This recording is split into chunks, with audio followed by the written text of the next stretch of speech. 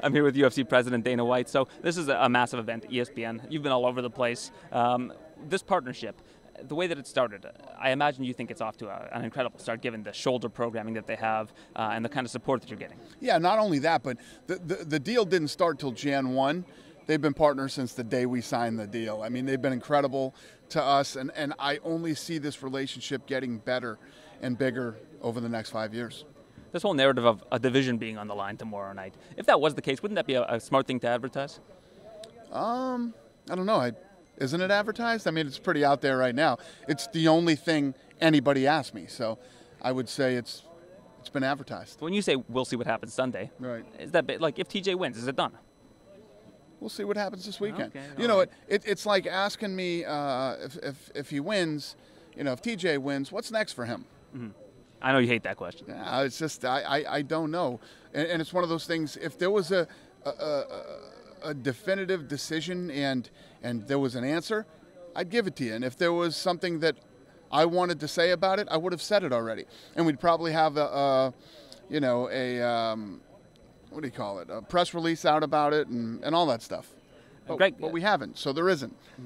Greg Hardy, you've been asked ad nauseum about his checkered past. Let's put it aside. Not really. Well, here's what I want to ask you about really him. haven't. The unique thing about him that I think has really been lost in this whole story is that you've got an elite former All-Pro athlete pretty much in his prime in the UFC. The closest thing we've seen to that is Herschel Walker at age 50, you know, fighting Strikeforce back in the day. No, do you think that that's like one of those things where that kind of power and that kind of precision, those kind of instincts are something that you've never really had in any division before, someone coming from a major Big Four sport like that? Without a doubt. And listen, some of the most powerful people you've ever seen in the sport of fighting, period. You ever see the legs and hips that those type of guys have? And for a heavyweight, when you look at the legs and the hips and the athlete that this guy is, you know, when we did this deal and I signed him into the UFC, Jerry Jones called me. I was at my house up in Maine on vacation, and he said, "Did you sign Greg Hardy to fight in the UFC?" I said, "I did." And he said, "Oh, my God." He says, "I'm going to tell you this. He's the meanest son of a bitch that ever played here." That's what he said to me. He goes, "You want to talk about a real athlete with power and just, you know, that nasty, mean instinct that you can't teach somebody. They either have it or they don't." Jerry Jones is a believer. So there's no ceiling on this guy, I imagine. Yeah, I mean, he is a true heavyweight. He's a true athlete. The question is, every time somebody comes into the UFC for the first time, the bright lights are on. Can he handle the pressure and everything else? He's been there a million times. He's been in, you know, I actually think he thrives on it. And the question becomes, is Crowder going to get the jitters tomorrow? Is he the guy that's going to get him? Either way, no matter what happens tomorrow night, that's a fun fight. I know you don't consume a lot of the podcasts and shows out there, but Colby Covington was on several shows saying that he wants his release. Would you ever consider releasing Colby Covington if that's what he truly wants? So Colby Covington couldn't fight when we wanted him to fight, so now he wants to be released. No, you're not going to be released. You're going to get another fight. You're probably going to fight out your contract unless we decide not to, and that's that. How many fights does he have left? I have no idea. Does it matter to you right now? Like, is he in the doghouse? No, I have nothing against Colby Covington. I said yesterday at the press conference, this is a business of opportunity. When opportunity knocks, open the door. If you do not, I move on and I start making other plans. Then we'll get back to you and we'll come up with another plan for you. And you got to, you know, I don't get mad at these guys, whatever. You didn't fight when it was time for you to fight, so somebody else got the fight. And we'll see what's next for you. I have nothing against Colby Covington. I haven't heard one word he said. Everything I know, you just told me right now, and that's it. That's why I don't listen to any of this stuff, because any of this stuff, all the talk and all the chatter, and none of this stuff matters. What matters is what I'm going to do next. That's all that matters. So my job's completely pointless. But we'll go to what we've been doing for the last day. To me, I'm not listening to any of this stuff. None of this stuff matters to me. It doesn't matter. It doesn't affect my business. It doesn't affect my decision making. It affects nothing. I might cry myself to sleep at night. The odds. We've done this 2 years in a row where I've given you odds on the coming year. You did great in 2017. You did terribly last year. Oh, did I? Yeah. You went like 4 for 11. I did. What were they? Recap? Yeah. I got it here. Let me go to my recap.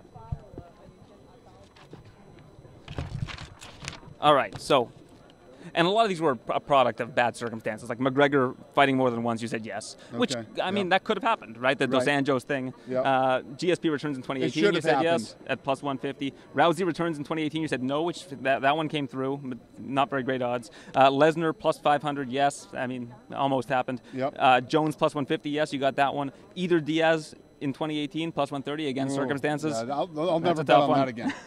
How many UFC pay-per-views break 1 million? Now, this is the thing. There's reported numbers, so I don't know if that's the case. But you said over 1.5, and that was under, apparently.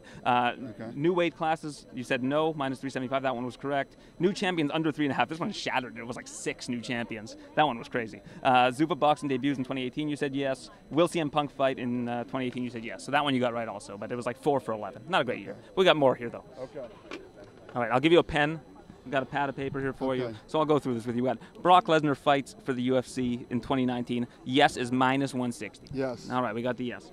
Next opponent for Conor McGregor. Khabib minus 130, Poirier plus 150, GSP plus 600, Nate plus 300, Holloway plus 500, Ferguson plus 500, Woodley plus 2,000, and the field plus 3,000. Anyone else? I'm going to take the field. Wow, the field. All right.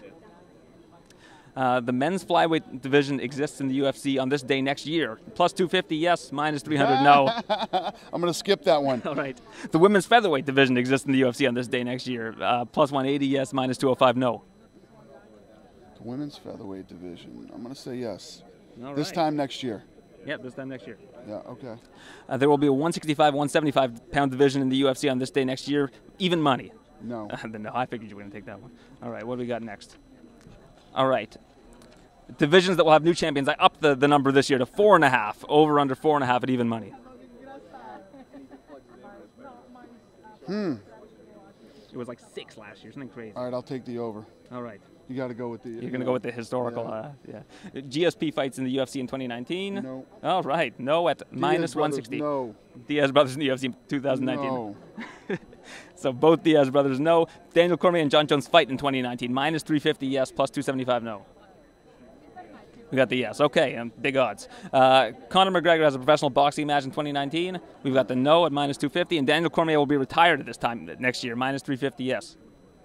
All right, the yes. All right, there we have it. It's on the record. I'm very confident in those bets. Well, I always appreciate it, Daniel. We'll revisit next year. We'll give you a recap, and hopefully you'll chip away at the losses from this year. Yeah, thank you. Appreciate it.